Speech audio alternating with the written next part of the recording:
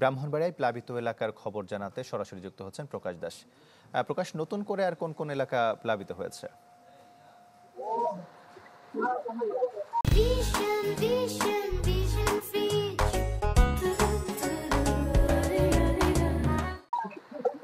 জি তমাল, আপনাকে জানিয়ে রাখি যে গত কয়েকদিনের টানা বৃষ্টি এবং পাহাড়ি ঢলের কারণে ভারত থেকে যে পাহাড়ি ঢল নেমে এসেছে, সেই কারণে কিন্তু গতকাল পর্যন্ত 10টি গ্রাম প্লাবিত হয়েছিল এবং আজ সকাল থেকে কিন্তু মুগরা, মনিন্দ এবং আখড়া দক্ষিণ ইউনিয়নের যে আরো 9টি গ্রাম নতুন করে প্লাবিত হয়। তো এখন পর্যন্ত মোট 19টির মতো গ্রাম কিন্তু প্লাবিত হয়েছে বলে উপজেলা প্রশাসনের পক্ষ থেকে জানানো হয়েছে। তো আমি এখন দাঁড়িয়ে আছি সীমান্তবর্তী আখাউড়া উপজেলার কালিকাপুর গ্রামে। আপনারা এখানে যদি দেখেন তাহলে এখানে কিন্তু যে সীমান্তবর্তী যে পাহাড়ি ঢল রয়েছে, সেই পাহাড়ি ঢল কিন্তু এই কালিকাপুরের সীমানা দিয়ে কিন্তু আখাউড়ায় যে নিম্নাঞ্চল গুলো রয়েছে সেখানে ঢুকছে এবং এই পানি কিন্তু আপনার যে আব্দুল্লাহপুর, কালিকাপুর, সাহেবনগর, বীরচন্দ্রপুর, ইটনারল সহ বিভিন্ন গ্রামে কিন্তু এগুলো প্রবাহিত হচ্ছে। তো এখন পর্যন্ত কিন্তু এই 19টি গ্রামে প্রায় 450টি পরিবারের মতো পানিবন্দী হয়ে রয়েছে এবং তাদের অনেকেই কিন্তু ইতিমধ্যে